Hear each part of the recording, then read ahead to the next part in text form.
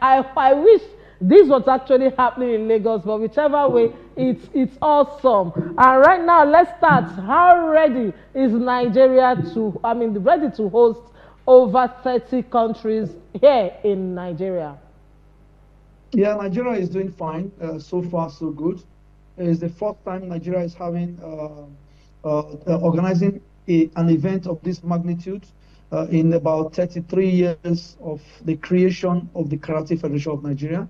And Nigeria is trying to see how to brace up. Preparation has started nearly about 3 to 4 months ago, and we are putting finishing touches to little things that are left, and the venue is already gradually set for this event.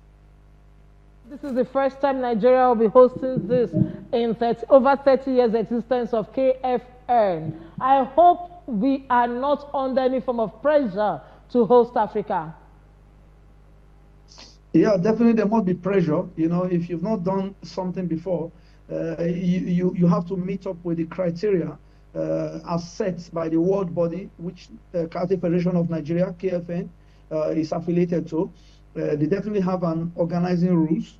And when you want to do the event, of course, the details of that, apart from the policy, will start to play out. And that's exactly where Nigeria has been changing options of how the venue must look, a lot of things, countries, international passports, etc., and visa, etc. I think it's a very horrendous one, but I think to this point, the Karate of Nigeria has done a pretty good job. 60 athletes. How ready are our karatecas ahead of this big one? Yeah, the federation can only give their best, but I think they say to whom much is given, much is expected. I think that's the best language one can say. Because, you know, when the countries in Africa are set in a situation where Africa currently is trying, you know, Africa was rated among the 6 continents in WKF, World Karate Federation. They are rated nearly around the range of 4th position for a very long time, 4th and 5th position. But currently, Africa rates around that maybe 2nd position thereabout. So, which means that the world bests are coming to this country. And if you must contest or compete against the world best, of course, you definitely must be at your best. Now, it now depends on how much was put into this to be able to get Nigeria to that top performance. Yeah, I think there's a lot of challenge about this. There's no point hiding it. And maybe those factors in due time, in due course, we have to evaluate them. All right, now let's talk about the benefits of hosting this karate championship. Let's look at it from the angle of tourism, economy, culture, and cultural, and at the same time traditionally too. What does this mean to us? Because we know culture-wise, traditional-wise, we want to sell it to the world. While we are not looking at tourism, how we want to ensure that this affects it positively. Yeah, I think the biggest, I think, and it also depends on how Nigeria is responding, has to do with the ecosystem, the karate ecosystem. You know, Nigeria can boast potentially, maybe not exactly, but potentially of a great number of target audience for karate. Imagine a situation where Nigeria has approximately about 117,000 primary schools, etc. You have almost about 1,000 university or let me say tertiary institution, and you also boast of maybe secondary school in the tone of about 33,000. If you look at it with maybe each of these institutions having approximately about 100 persons just participating in a full school, you see that it translates to about maybe 30-something million in secondary, about maybe 100 and something million in primary, and then say 100,000 in terms of maybe about 100 to 200,000 in tertiary. So you see that we have a large system.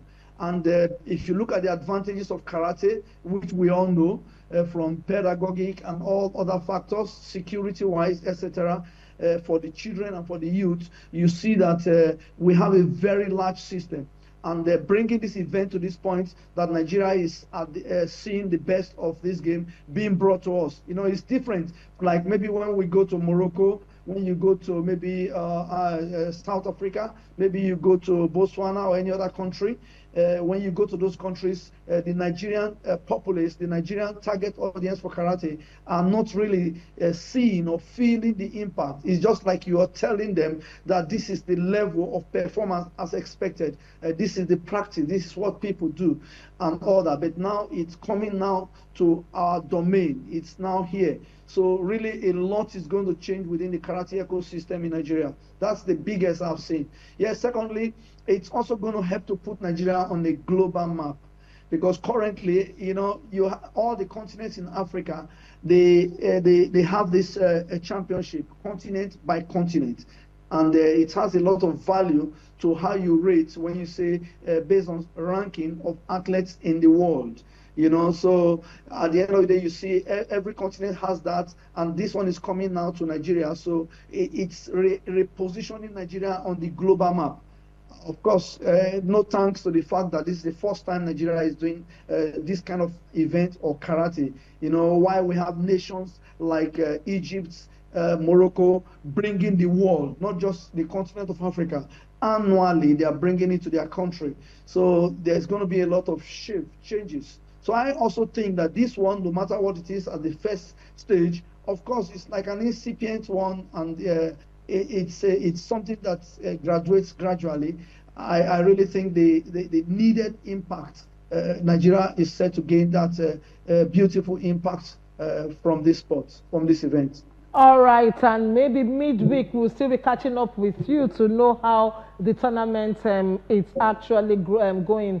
Thank you very much for making our time to be on Sports Cafe today. Thank you very much. Thank you. God bless you.